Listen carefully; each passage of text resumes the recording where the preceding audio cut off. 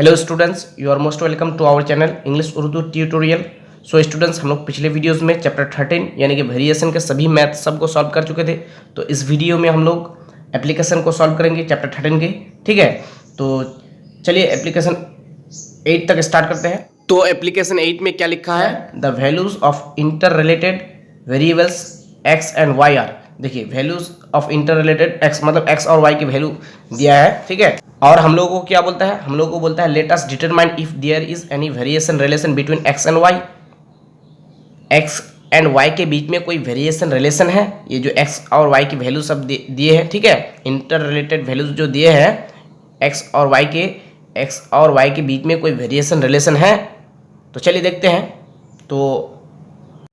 तो देखिए, x and Y variables के इंटर रिलेटेड वैल्यूज दे दी है। ठीक है, तो x की वैल्यू अगर 3 होते हैं तो y की वैल्यू 18 होते हैं। x की वैल्यू अगर 2 होते हैं तो y की वैल्यू 27 होते हैं। x की वैल्यू अगर 6 होते हैं तो y की वैल्यू 9 होते हैं। तो ध्यान से देखिए, जब x की वैल्यू 3 होते हैं तो y की वैल्यू 18। तो जब x की वैल्यू 2 हो जाते हैं, 3 से 2, ठीक है, कम हो जाते हैं, तो y की वैल्यू 18 से कितना 27 ज़्यादा हो जाता है। तो जब x की वैल्यू कम होते हैं तो y की वैल्यू ज़्यादा हो जाता है। फिर देखिए, जब x की वैल्यू 6 हो जाता है, देखिए 2 से ज़्यादा है 6, x की वैल्यू ज़्यादा हो गई तो y की वैल्यू क्या हो गई? कम हो गई। तो जब x की वैल्यू कम होते हैं तो y की वैल्यू ज़्यादा हो जाते हैं। जब x की वैल्यू ज़्यादा होते हैं तो y की वैल्यू कम हो जाते हैं। ठीक है, तो इसका मतलब x और y के बीच में जो वेरिएशन का रिलेशन है वो इन्वर्स वेरिएशन का रिलेशन है। ठीक है, क्यों? क्योंकि इन्वर्स वेरिएशन में एक वेरिएबल की वैल्यू इंक्रीज होते हैं मतलब बढ़ते हैं, और दूसरे वेरिएबल की वैल्यू डिक्रीज होते हैं यानी कि घटते हैं। एक वेरिएबल की वैल्यू इन्वर्स वेरिएशन में इंक्रीज होते हैं और दूसरे वेरिएबल की वैल्यू डिक्रीज होते हैं। ठीक है, तो देखिए, x की वैल्यू इंक्रीज होते हैं तो y की वैल्यू डिक्रीज होते हैं, x की वैल्यू डिक्रीज होते हैं तो y की वैल्यू इंक्रीज होते हैं, और x की वैल्यू इंक्रीज होते हैं तो y की वैल्यू डिक्रीज होते हैं। ठीक है, तो देखिए, x मतलब एक की वैल्यू x की वैल्यू अगर इंक्रीज होते हैं तो y की वैल्यू डिक्रीज होते हैं, मतलब एक वेरिएबल की वैल्यू इंक्रीज होते हैं तो दूसरे वेरिएबल की वैल्यू डिक्रीज होता है। तो इसका मतलब क्या है? Inverse variation. तो इन्वर्स वेरिएशन जो है, इन्वर्स वेरिएशन में वेरिएबल की वैल्यू के प्रोडक्ट यानी गुना जो है वो कांस्टेंट आएंगे। इन्वर्स वेरिएशन में वेरिएबल के वैल्यू के प्रोडक्ट यानी गुना कांस्टेंट आएंगे, और अगर डायरेक्ट वेरिएशन हो तो डायरेक्ट वेरिएशन में वेरिएबल के वैल्यू के डिवीजन यानी कि भाग वेरिएबल के वैल्यू के डिवीजन जो है वो क्या आएंगे? कांस्टेंट आएंगे। तो ये इन्वर्स वेरिएशन है। इन्वर्स वेरिएशन में वेरिएबल के वैल्यू के प्रोडक्ट मतलब गुना जो है कांस्टेंट आएंगे। ठीक है, तो इन्वर्स वेरिएशन में क्या होता है? इन्वर्स वेरिएशन में वेरिएबल के वैल्यू के जो प्रोडक्ट है, जो गुना है, वो कांस्टेंट आते हैं। ठीक है, तो यहाँ पे वेरिएबल क्या है? वेरिएबल x और y है। तो x और y के प्रोडक्ट का मतलब गुना, मतलब x इंटू वाई। एक्स की वैल्यू क्या है? 3 है, और y की वैल्यू कितना है? 18 है। तो x इंटू वाई, एक्स की वैल्यू 3 है तो 3 इंटू वाई की वैल्यू 18, तो 3 इंटू 18। फिर से लिखेंगे x इंटू वाई मतलब एक्स वाई। तो x की वैल्यू अगर 2 हो तो y की वैल्यू कितना हो जाता है? 27, तो 2 इंटू 27। फिर से लिखेंगे x इंटू वाई। ठीक है, तो x इंटू वाई यानी कि एक्स वाई। तो x की वैल्यू अगर 6 हो तो y की वैल्यू कितना हो जाता है? 9, तो 6 इंटू 9। अगर x और y यानी कि एक्स वाई किस में है? गुना में है। अगर एक्स वाई की वैल्यू कांस्टेंट आते हैं तो इसका मतलब ये कन्फर्म क्या है? इन्वर्स वेरिएशन है। क्यों? क्योंकि इन्वर्स वेरिएशन में ही वेरिएबल के वैल्यू जो है कांस्टेंट आते हैं। ठीक है, पिछले वीडियोस में मैंने आप लोगों को अच्छे से बताया था। ठीक है, तो देखिए 18 3 कितना होता है? 54, और 27 2 कितना हो जाएगा? 54, 6 9 जाए 54। तो देखिए, x और y के प्रोडक्ट मतलब x और y के वैल्यू के जो प्रोडक्ट है सब में कितना मिले हम लोग को? 54, यानी कि कांस्टेंट मिले। ठीक है, या x और y की वैल्यू 54, यहाँ पे भी 54, यहाँ पे भी 54। तो x और y की वैल्यू के जो प्रोडक्ट है वो 54 ही हम लोगों को मिले। ठीक है, इसका मतलब कांस्टेंट मिले। तो इन्वर्स वेरिएशन में ही वेरिएबल के वैल्यू के जो प्रोडक्ट है, गुना है, वो कांस्टेंट आते हैं। ठीक है, तो इसका मतलब x और y के बीच में जो वेरिएशन का रिलेशन है वो इन्वर्स वेरिएशन का रिलेशन है। क्यों? क्योंकि इन्वर्स वेरिएशन में ही x और y के यानी कि वेरिएबल के वैल्यू के प्रोडक्ट कांस्टेंट आते हैं। ठीक है, तो लिख सकते हैं therefore x varies. Inverse variation को लिखते हैं किस तरह से? 1/y, x और y के बीच में कौन सा रिलेशन, इनवर्स वेरिएशन का, तो लिखेंगे x varies 1/y। Inverse variation को इस तरह से लिखा जाता है। अगर डायरेक्ट वेरिएशन होते x और y के बीच में तो लिखते x वेरीज y, ठीक है। तो x और y के बीच में इनवर्स वेरिएशन है तो इनवर्स वेरिएशन को इस तरह से लिखेंगे x वेरीज 1/y, ठीक है। तो x और y के बीच में इनवर्स, x और y के बीच में इनवर्स वेरिएशन का रिलेशन है, ठीक है। ये हो गया आंसर। अगर वेरिएशन कांस्टेंट की वैल्यू निकालने बोलते तो कितना हो जाता, 54। मतलब अगर वेरिएशन कांस्टेंट की वैल्यू पूछते, वेरिएशन कांस्टेंट, कभी कभी x और y के रिलेशन के अलावा वेरिएशन कांस्टेंट के वैल्यू भी पूछते हैं, तो वेरिएशन कांस्टेंट के वैल्यू 54 हो जाएंगे, ठीक है। कितना, 54। तो अब आइए 10 नंबर एप्लीकेशन को पढ़ते हैं। 9 नंबर एप्लीकेशन सॉल्व किया हुआ है, ठीक है। Sameer Babu takes 2 hours to reach the station from his house by driving a car at the speed of 60 kilometre per hour. बोलता है कि समीर बाबू 2 घंटे लेते हैं स्टेशन पहुंचने के लिए उसके घर से, और गाड़ी की स्पीड क्या होता है, 60 किलोमीटर पर आवर। मतलब कार लेके स्टेशन जाते हैं, ठीक है, और कार की स्पीड होता है 60 किलोमीटर पर आवर, पर घंटा 60 किलोमीटर स्पीड होते हैं। और कितने घंटा लेते हैं स्टेशन पहुंचने में, 2 घंटा, ठीक है। और कार की स्पीड कितनी होती है, 60 किलोमीटर पर आवर, ठीक है। Let us calculate by applying the theory of variation how much time will he take to reach the station from his house if he drives at the speed of 80 kilometre per hour. बोलता है कि अगर वो अगर गाड़ी को वो 80 kilometre per our, मतलब 80 किलोमीटर पर आवर पर घंटा चलाए, मतलब गाड़ी की स्पीड अगर 80 किलोमीटर पर आवर हो, गाड़ी की स्पीड अगर 80 किलोमीटर पर आवर हो तो कितने टाइम लगेंगे उसको स्टेशन में पहुंचने के लिए, ठीक है। तो चलिए सॉल्व करते हैं।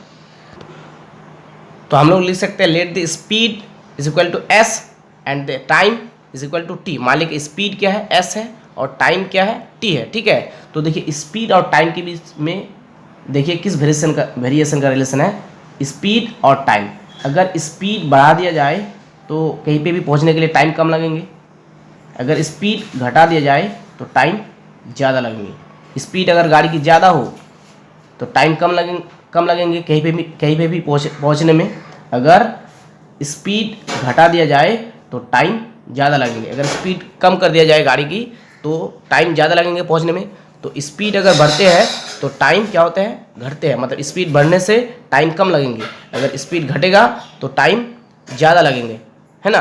तो स्पीड और टाइम के बीच में इनवर्स वेरिएशन का रिलेशन है। क्यों? क्योंकि स्पीड बढ़ते हैं तो टाइम घटते हैं, स्पीड घटते हैं तो टाइम बढ़ते हैं। स्पीड अगर बढ़ा दी जाए तो टाइम कम लगेंगे कहीं पे भी पहुंचने में, और स्पीड अगर घटा दी जाए तो टाइम ज़्यादा लगेंगे कहीं पे भी पहुंचने में। तो स्पीड अगर बढ़ते हैं तो टाइम घटते हैं। तो स्पीड और टाइम यानी एस और टी के बीच में जो रिलेशन है वो इनवर्स वेरिएशन का रिलेशन है, ठीक है। क्यों? क्योंकि स्पीड बढ़ते हैं तो टाइम घटते हैं, तो एक तरफ बढ़ने से और दूसरी तरफ घटने से वो इनवर्स वेरिएशन का रिलेशन हुआ, ठीक है, यानी कि वो इनवर्स वेरिएशन हुआ। तो लिख सकते हैं therefore s and t are in inverse variation,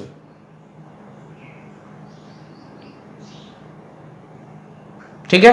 तो लिख सकते हैं देयरफॉर इनवर्स वेरिएशन को किस तरह से लिखा जाता है, एस वेरीज 1/t, ठीक है। तो और एस वेरीज को हटा के इक्वल टू लिखेंगे तो एक कांस्टेंट लेना है, तो कांस्टेंट यहाँ पे लेंगे k, ठीक है, k इंटू 1/t, ठीक है। और यहाँ पे लिख सकते हैं हम लोग वेयर k इज कांस्टेंट, ठीक है। तो और s इक्वल टू k के साथ 1 को गुना करेंगे तो k होंगे, ठीक है। तो k/t।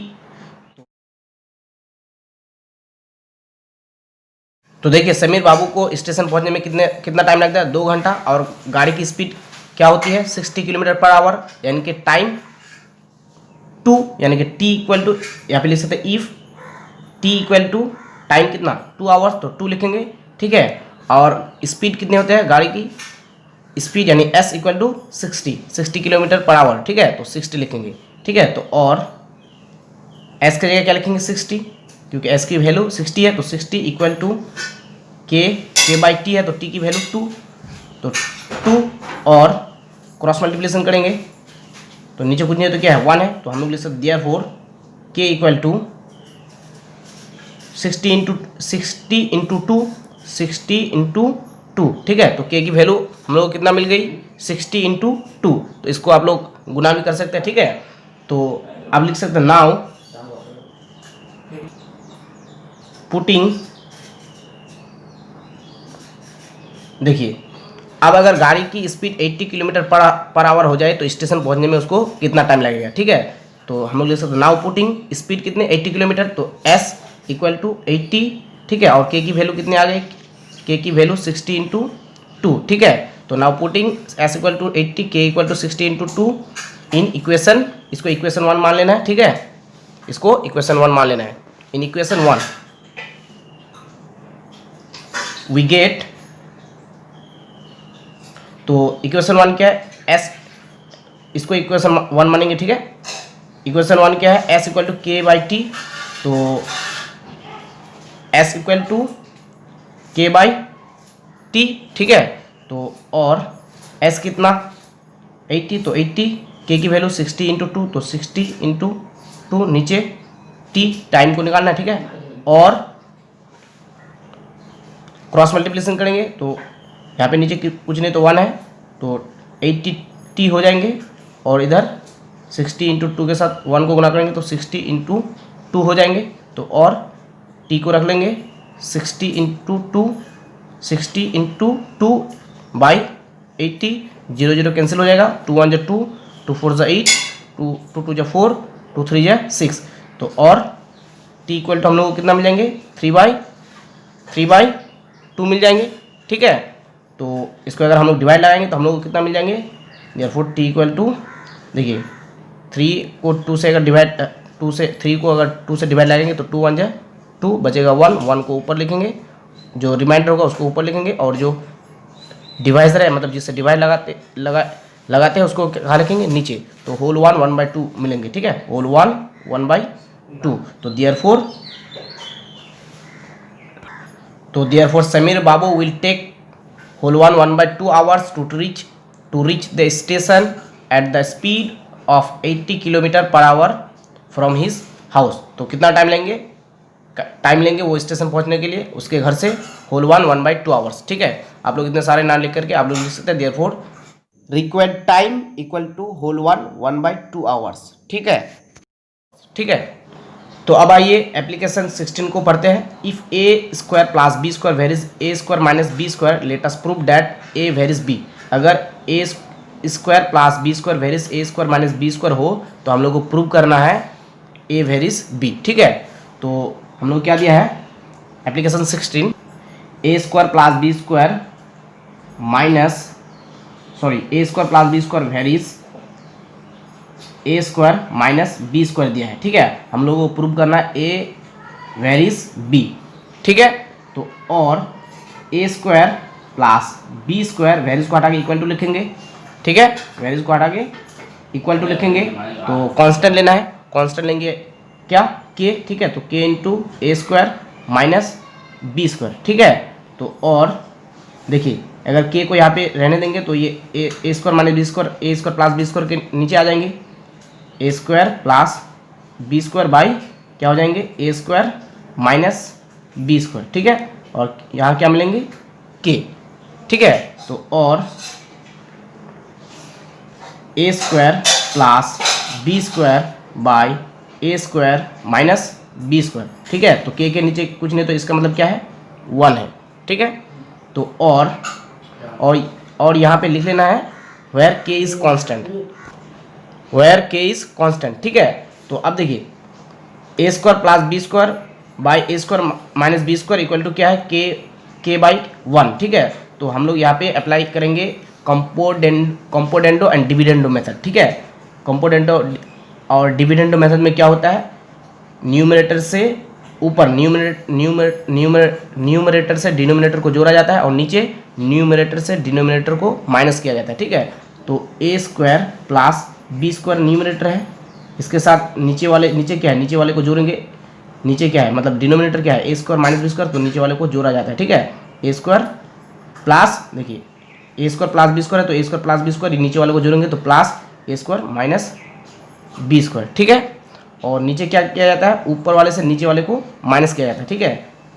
ए स्क्वायर प्लस बी स्क्वायर है ऊपर, ए स्क्वायर प्लस बी स्क्वायर, नीचे वाले को क्या किया जाता है, ऊपर वाले से नीचे वाले को माइनस किया जाता है, तो माइनस नीचे क्या है ए स्क्वायर, तो माइनस माइनस क्या हो जाएगा, माइनस करना है तो माइनस लेंगे, तो माइनस माइनस क्या हो जाएगा प्लस, ठीक है, प्लस बी स्क्वायर, ठीक है। ऊपर क्या करना है, ऊपर वाले के साथ नीचे वाले को जोड़ना है, और नीचे क्या करना है, ऊपर वाले से नीचे वाले को क्या करना है, माइनस करना है, ठीक है। उसी तरह से के प्लस नीचे वाले को जोड़ना है, तो के प्लस 1, और ऊपर वाले से नीचे वाले को एक बार माइनस करना है, तो के माइनस 1, ठीक है। यहाँ पे लिखना है वेयर, मतलब अप्लाइंग कंपोनेंडो एंड डिविडेंडो, ठीक है। तो और देखिए बी स्क्वायर माइनस में, बी स्क्वायर प्लस में कट जाएगा, नीचे ए स्क्वायर माइनस में, ए स्क्वायर प्लस में कट जाएगा, ठीक है। तो ए स्क्वायर क्या हो जाएगा 2a स्क्वायर, और नीचे बी स्क्वायर और बी स्क्वायर 2b स्क्वायर, ठीक है। कि इधर क्या के प्लस 1 बाई के माइनस 1, ठीक है। तो और 2 कैंसिल हो जाएगा, ए स्क्वायर बाई बी स्क्वायर, ठीक है। और ये के प्लस 1 बाई के माइनस 1 की जगह हम लोग एक न्यू कांस्टेंट लेंगे, ये क्या है कांस्टेंट है, इसके बदले एक न्यू कांस्टेंट लेंगे, मान लीजिए कि वो क्या है m है, ठीक है। और यहाँ पे हम लोग लिख सकते हैं k plus 1 by k minus 1 equal to m equal to constant, ठीक है। तो के प्लस 1 बाई के माइनस 1 ये क्या है कांस्टेंट है, तो इसके बदले एक न्यू कांस्टेंट लिए जो क्या है m है, ठीक है। m क्या है कांस्टेंट है, और क्रॉस मल्टीप्लिकेशन होगा, यहाँ पे नीचे पूछिए तो 1 है ए स्क्वायर, और इधर m बी स्क्वायर, ठीक है। तो देखिए अगर x वेरीज y हो तो और में हम लोग क्या लिखेंगे, x वेरीज को हटा के हम लोग क्या लिखेंगे इक्वल टू, और क्या लेना कांस्टेंट लेना, तो k इंटू वाई हो जाएगा, ठीक है। तो x वेरीज y होने से वेरीज को हटा के क्या लिखेंगे इक्वल टू, और क्या लेना कांस्टेंट लेना है, तो वेरीज को हटा के इक्वल टू और कांस्टेंट लिया जाता है, ठीक है। वेरीज को हटा के इक्वल टू और कांस्टेंट लिया जाता है, तो इक्वल टू और कांस्टेंट को हटा के वेरीज नहीं लिया जाएगा, इक्वल टू और कांस्टेंट का हटा के वेरीज ले सकते हैं, क्योंकि वेरीज के बदले इक्वल टू और कांस्टेंट लिए, तो इक्वल टू और कांस्टेंट के बदले हम लोग क्या ले सकते हैं वेरीज, ठीक है। तो इक्वल टू और कांस्टेंट के बदले हम लोग, ये क्या है कांस्टेंट है, तो इक्वल टू और कांस्टेंट के बदले हम लोग क्या ले सकते हैं, क्या लिख सकते हैं वेरीज, ठीक है। तो देयरफॉर ए स्क्वायर वेरीज बी स्क्वायर, क्यों, क्योंकि वेरीज के बदले इक्वल टू और कांस्टेंट लिख सकते हैं, तो इक्वल टू और कांस्टेंट के बदले वेरीज भी लिख सकते हैं, ठीक है। तो इक्वल टू और कांस्टेंट के बदले वेरीज लिख दिए, ठीक है। तो ए वेरीज बी, और यही हम लोग क्या करने बोला, प्रूव करने बोला, तो ये हो गया प्रूव्ड, ठीक है। तो अब आइए एप्लीकेशन 17 को सॉल्व करते हैं। तो देखिए एप्लीकेशन 17 बुक में सॉल्व किया हुआ है, अगर नहीं समझ में आता है तो आप लोग देख सकते हैं, ठीक है। तो देखिए क्या लिखा है, if x varies y and u varies z, let us prove that x u varies y z and x by you varies y by z, ठीक है। ये इंपॉर्टेंट है, इसलिए मैं आप लोगों को सॉल्व करके दिखाने की कोशिश करता हूँ, ठीक है। तो अगर आप लोगों को नहीं देखना है तो आप लोग वीडियो स्किप कर सकते हैं, ठीक है। तो क्या दिया है, x वेरीज y और y वेरीज z, और हम लोग को प्रूव क्या करना है, x u varies y z और x by you varies y by z, ठीक है। तो हम लोग को दिया है x वेरीज y और क्या दिया है u varies z, u varies z, ठीक है। तो हम लोग को प्रूव करना है क्या, x u varies y z, x u varies y z और x by you varies y by z। हम लोग को क्या दिया, हम लोग को दिया है x वेरीज y और क्या दिया है u वेरीज z, ठीक है। तो हम लोग लिख सकते हैं देयरफॉर x वेरीज को हटा के क्या लिख सकते हैं इक्वल टू, और कांस्टेंट लेना तो कांस्टेंट लेंगे k1, ठीक है, k1 इंटू वाई। उसी तरह से यहाँ पे भी देयरफॉर u वेरीज को हटा के क्या लिखना है इक्वल टू, कांस्टेंट लेना है, कांस्टेंट लेंगे k2 इंटू जेड, और यहाँ पे लिख लेना है where k1 and k2 are constants, where k1 and k2 are constant, ठीक है। तो हम लोगों को क्या प्रूव करने बोला है, हम लोगों को प्रूव करने बोला है x u varies y z और क्या x by you varies y by z, ठीक है, x u varies y z। तो x u varies y z prove करने बोला है, तो हम लोग लिखेंगे x u, तो x u ये क्या हुआ, ये मल्टीप्लिकेशन हुआ, ठीक है। तो x u, x की वैल्यू क्या है k इंटू k1 y, तो k1 y इंटू u की वैल्यू k2 z, तो लिख सकते हैं k2 z, ठीक है। तो और x u equal to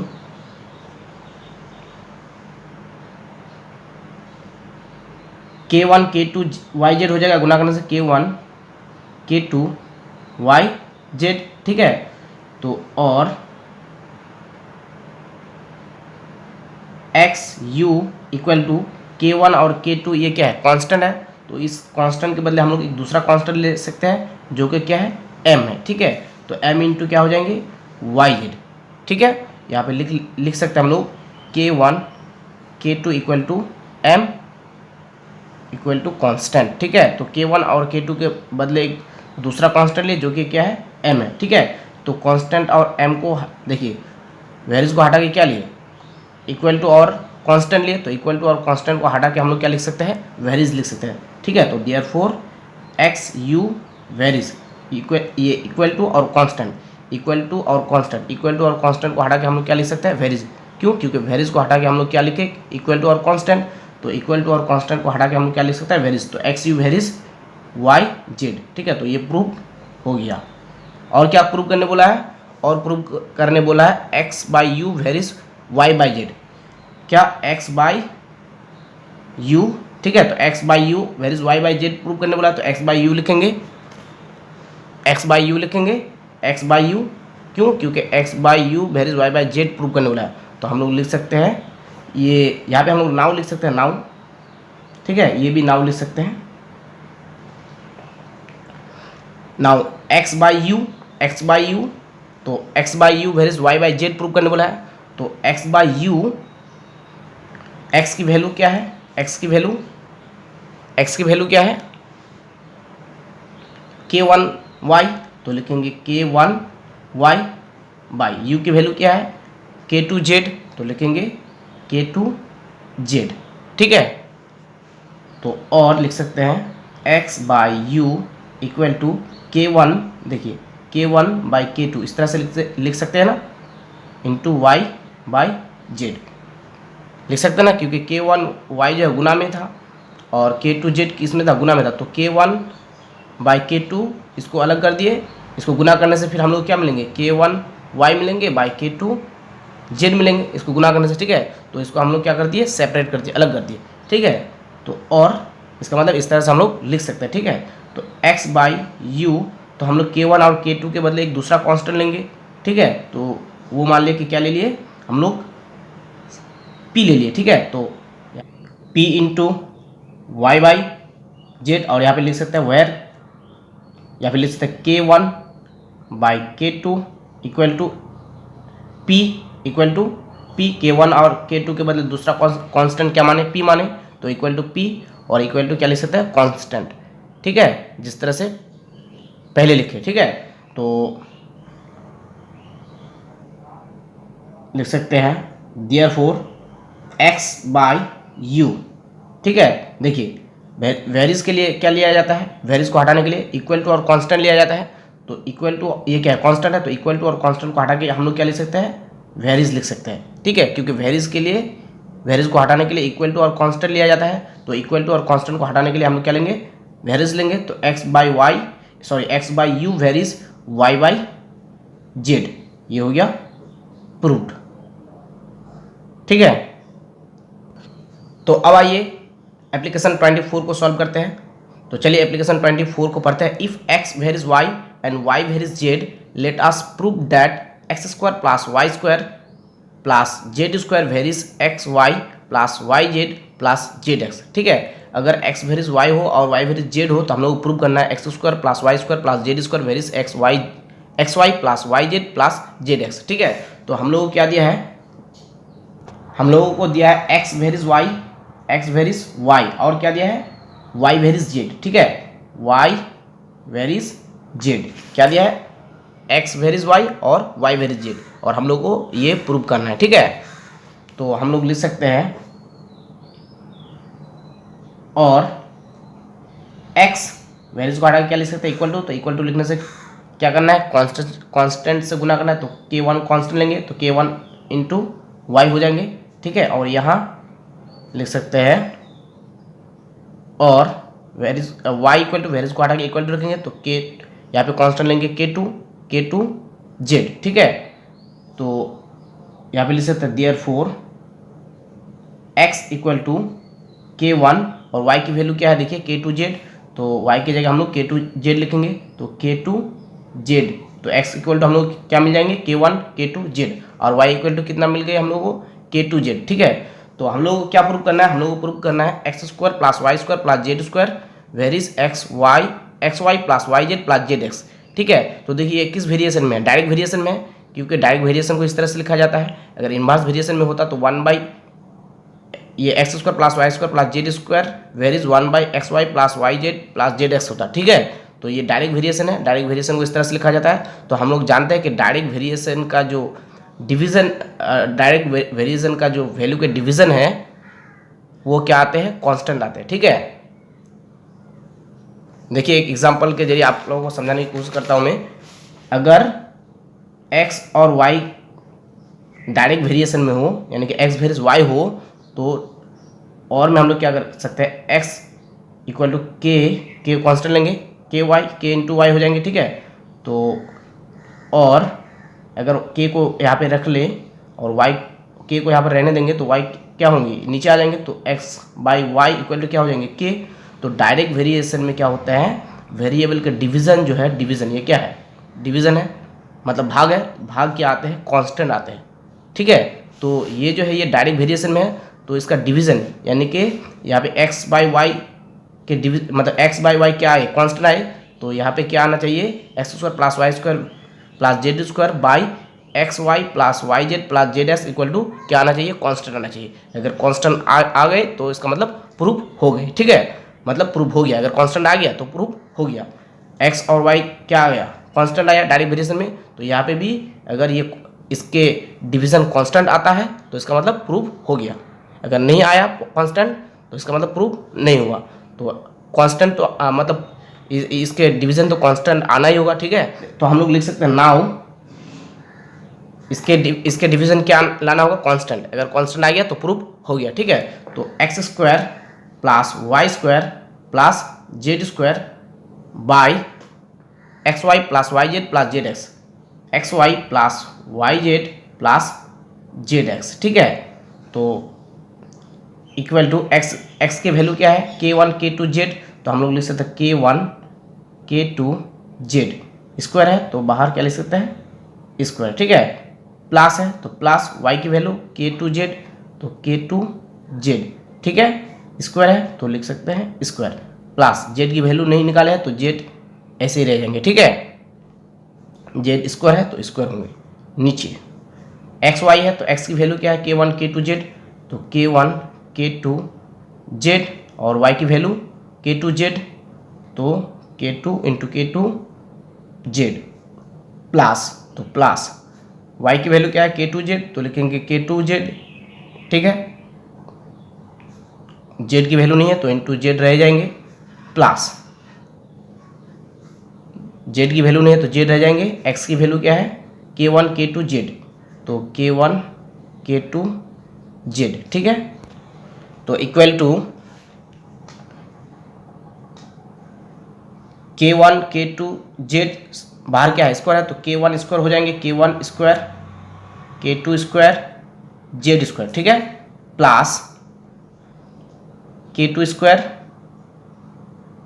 Z square हो जाएंगे क्योंकि बाहर स्क्वायर है, प्लस जेड स्क्वायर हो जाएंगे। ठीक है, नीचे k1 k2, देखिए k1 एक ही है, k2 k2 दो है तो k2 स्क्वायर हो जाएंगे, और जेड भी दो है तो जेड स्क्वायर हो जाएंगे, तो k1 k2 square Z square plus k2 Z दो है तो k2 जेड स्क्वायर हो जाएंगे, जेड स्क्वायर प्लस जेड दो है तो k1 और k2 एक ही है तो k1 k2 जेड डबल है तो जेड स्क्वायर हो जाएंगे। ठीक है, क्या हो जाएंगे, जेड स्क्वायर हो जाएंगे।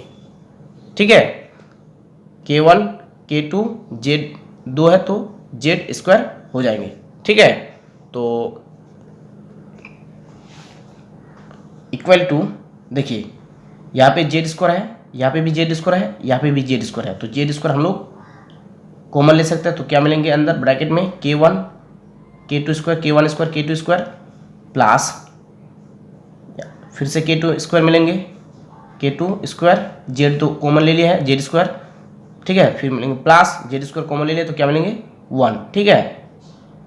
नीचे Z square Z square Z square तीनों जगह है, तो जेड स्क्वायर कॉमन ले लेंगे तो क्या मिलेंगे k1 k2 square, k1 bracket के अंदर क्या मिलेंगे k1 k2 square plus z square तो कॉमन ले लिया जेड स्क्वायर, ठीक है।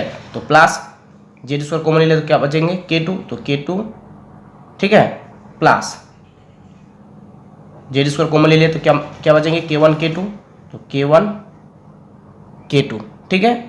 तो जेड स्क्वायर ऊपर नीचे कैंसिल हो जाएंगे, ठीक है, जेड स्क्वायर कैंसिल हो गया तो हम लोग को क्या मिला k1 square k2 square plus k2 square plus 1 by k1 k2 square plus k2 plus k1 k2। तो ये क्या है k1 स्क्वायर k2 स्क्वायर, ये क्या है, ये सब कांस्टेंट है। तो देखिए इसका डिवीज़न कांस्टेंट आ गया तो इसका मतलब प्रूफ हो गया। क्यों? क्योंकि डायरेक्ट वेरिएशन में जो है वेरिएबल के वैल्यू के डिवीज़न जो है, यानी कि वेरिएबल के वैल्यू के डिवीज़न क्या होते हैं, कांस्टेंट होते हैं। तो ये डिवीज़न कांस्टेंट आ गया तो इसका मतलब क्या, प्रूफ हो गया, ठीक है। तो हम लोग लिख सकते हैं therefore x square plus y square plus z square, x square plus y square plus z square varies x y plus y z plus z x, ठीक है। ये हो गया प्रूफ्ड, ठीक है। अगर समझने में प्रॉब्लम हो तो फर्स्ट पार्ट को देखिए आप लोगों को, मतलब इस चैप्टर के फर्स्ट पार्ट को देखिए, आप लोगों को पूरा हर चीज़ आप लोगों को आसानी से समझ में आ जाएंगी अगर फर्स्ट पार्ट को देखेंगे। तो अगर फर्स्ट पार्ट को नहीं देखे हैं तो फर्स्ट पार्ट को देखिए, अगर फर्स्ट पार्ट को देखे हैं तो आप लोगों को समझने में कोई प्रॉब्लम नहीं होना चाहिए, ठीक है। तो अब आइए एप्लीकेशन 27 को सॉल्व करते हैं। तो चलिए एप्लीकेशन 27 को पढ़ते हैं। The volume of a sphere varies directly with the cube of the length of its radius. बोलता है कि स्फीयर के वॉल्यूम जो है वेरीज डायरेक्टली, मतलब डायरेक्ट वेरिएशन में है किसके साथ, with the cube of the length of its radius, मतलब स्फीयर के रेडियस के साथ, रेडियस के क्यूब के साथ। स्फीयर के वॉल्यूम डायरेक्ट वेरिएशन में है किसके साथ, स्फीयर के रेडियस के क्यूब के साथ। तो हम लोग लिख सकते हैं let the volume of the sphere equal to v and the radius equal to r। मान लिए कि स्फीयर के वॉल्यूम क्या है v है और रेडियस क्या है r है, ठीक है। तो मैथ में क्या बोलता है, the volume of A sphere varies directly, volume of A sphere varies directly, volume क्या है v है तो v varies directly with the cube of length of its radius, मतलब रेडियस के क्यूब के साथ, यानी कि volume direct varies directly with the cube of the length of its radius, cube of the length of its radius, तो radius के cube के साथ, ठीक है। मतलब v वेरीज r क्यूब। क्यों? क्योंकि यहाँ पे बोला है the volume of a sphere varies directly, volume of A sphere varies directly with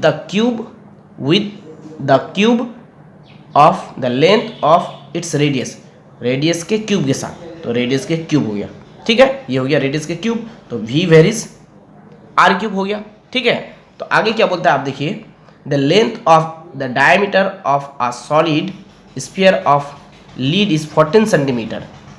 तो length of diameter of solid sphere of lead, तो सॉलिड स्फीयर के जो डायमीटर दिया है कितना दिया है, 14 सेंटीमीटर दिया है। If the sphere is melted, let us find by applying theory of variation how much sphere having the length of 3.5 centimeter radius can be made। अगर स्फीयर को पिघलाया जाए, स्फीयर का डायमीटर कितना दिया 14 सेंटीमीटर, अगर स्फीयर को पिघलाया जाए तो 3.5 सेंटीमीटर रेडियस वाले कितने स्फीयर बनेंगे वो निकालना है। किस तरीके से, थ्योरी ऑफ वेरिएशन के तरीके से, ठीक है। तो पहले हम लोग इसको सॉल्व करेंगे और v वैल्यूज को हटा के इक्वल टू लिखेंगे, ठीक है। और कांस्टेंट लेना है तो कांस्टेंट क्या लेंगे, k लेंगे, ठीक है, k इंटू r क्यूब हो जाएगा। यहाँ पे लिख सकते हैं therefore v equal to k into r cube, ये मान लेंगे इक्वेशन 1, ठीक है। और यहाँ पे लिखेंगे हम लोग where k is constant, where k is constant. तो स्फीयर के डायमीटर कितना दिया है 14 सेंटीमीटर, ठीक है। इसको पिघला करके 3.5 सेंटीमीटर वाले स्फीयर बनाना है, ठीक है। तो कितना स्फीयर बनेंगे 3.5 सेंटीमीटर वाले कितने स्फीयर बनेंगे वो हम लोग को निकालना है। किस तरीके से, थ्योरी ऑफ वेरिएशन के तरीके से, ठीक है। डायमीटर ऑफ द स्फीयर कितना दिया 14 सेंटीमीटर, तो diameter of the sphere is equal to 14 centimetre होगा। Therefore radius of the sphere 14/2, radius निकालने से 2 से डिवाइड लगाना है, यानी कि डायमीटर का आधा क्या होता है रेडियस होता है।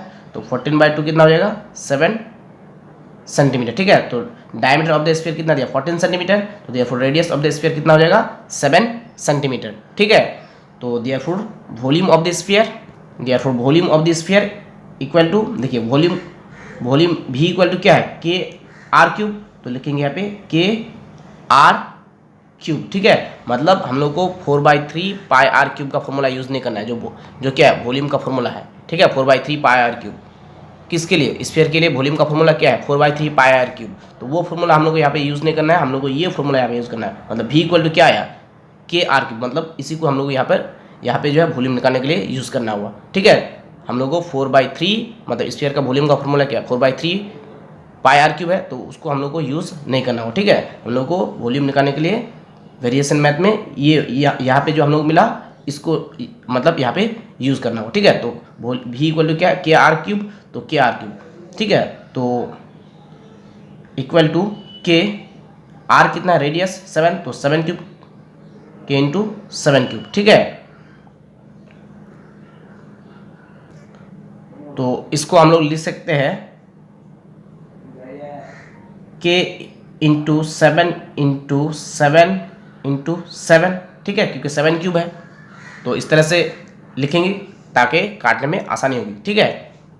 तो अब लिख सकते हैं now radius of small sphere 3.5 centimetre, ठीक है। स्मॉल स्फीयर का रेडियस कितना दिया है 3.5 सेंटीमीटर, ठीक है। तो लिख सकते हैं now radius of small sphere is equal to 3.5 centimetre. Therefore volume of small sphere, volume भी इक्वल टू क्या है के आर क्यूब, तो के आर क्यूब, ठीक है। तो के इंटू आर कितना रेडियस 3.5, तो लिख सकते हैं 3.5 इंटू 3.5 इंटू 3.5, क्योंकि आर क्यूब है तो 3.5 इंटू 3.5 इंटू 3.5, ठीक है। इस तरह से लिख सकते हैं। तो हम लोगों को क्या निकालने बोला है, हम लोगों को निकालने बोला है कि 3.5 सेंटीमीटर रेडियस वाले कितने स्फीयर बनेंगे। अगर 14 सेंटीमीटर डायमीटर वाले सॉलिड स्फीयर को पिघलाया जाए तो 3.5 सेंटीमीटर वाले रेडियस 3.5 सेंटीमीटर रेडियस वाले कितने स्फीयर बनेंगे, ठीक है। तो हम लोग लिख सकते हैं therefore number of small spheres, तो बड़े स्फीयर के वॉल्यूम क्या है के इंटू 7 इंटू 7 इंटू 7, तो लिख सकते हैं के इंटू 7 इंटू 7 इंटू 7, ठीक है। तो हम लोग को क्या करना है 3.5 सेंटीमीटर रेडियस वाले स्फीयर बनाना है। तो 3.5 सेंटीमीटर वाले 3.5 सेंटीमीटर रेडियस वाले स्फीयर की वॉल्यूम क्या है के इंटू 3.5 इंटू 3.5 इंटू 3.5, तो इससे क्या करना है डिवाइड लगाना है, ठीक है। जैसे कि स्फीयर के चैप्टर में जैसे आप लोगों को समझाए थे कि एक बड़े स्फीयर को पिघला के छोटे स्फीयर बनाना है और क्वेश्चन पूछे कि कितने छोटे छोटे स्फीयर बनेंगे, तो बड़े स्फीयर के वॉल्यूम को छोटे स्फीयर के वॉल्यूम से डिवाइड लगा देना है, ठीक है। तो बड़े स्फीयर की वॉल्यूम ये है और छोटे स्फीयर की वॉल्यूम ये है, ठीक है। तो 3.5 इंटू 3.5 इंटू 3.5, ठीक है। तो के कैंसिल हो जाएंगे, 7 1 7, 7 5 35.5 मिलेंगे, 7 1 7, 7 5 35.5 मिलेंगे, 7 1 7, 7 5 35, तो 0.5 मिलेंगे। तो हम लोग क्या मिलेंगे ऊपर 1 और नीचे 5.5 यानी कि 5 का क्यूब कितना होता है 125, तो लिख सकते हैं 125 यानी कि 0.125, ठीक है। तो इक्वल टू देखिए कितने डिजिट के बाद पॉइंट है यानी डेसिमल है, 1 2 3 दाएं तरफ से देखना है 1 2 3 के बाद यानी कि ऊपर कितना जीरो लगेंगे 3 जीरो, यानी कि ऊपर कितना हो जाएंगे 1000 बाई 125 पॉइंट को हटाने के लिए, ठीक है।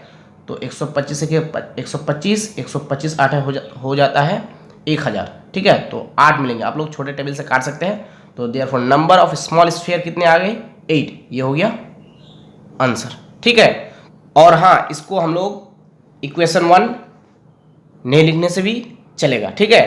तो डियर स्टूडेंट्स, इस वीडियो से चैप्टर को एंड करते हैं। तो रिहान इकबाल का कमेंट था कि सर चैप्टर 13 यानी कि वेरिएशन का एप्लीकेशन को भी सॉल्व करा दीजिए। तो मैंने एप्लीकेशन को भी सॉल्व करा दिया। तो रिहान इकबाल, आपसे रिक्वेस्ट है और सभी से रिक्वेस्ट है जो भी इस वीडियो को देख रहे हैं कि please hit the like button, please hit the like button and subscribe our channel to get all our videos. So dear students, thank you for watching, thank you for listening, have a beautiful day, tata.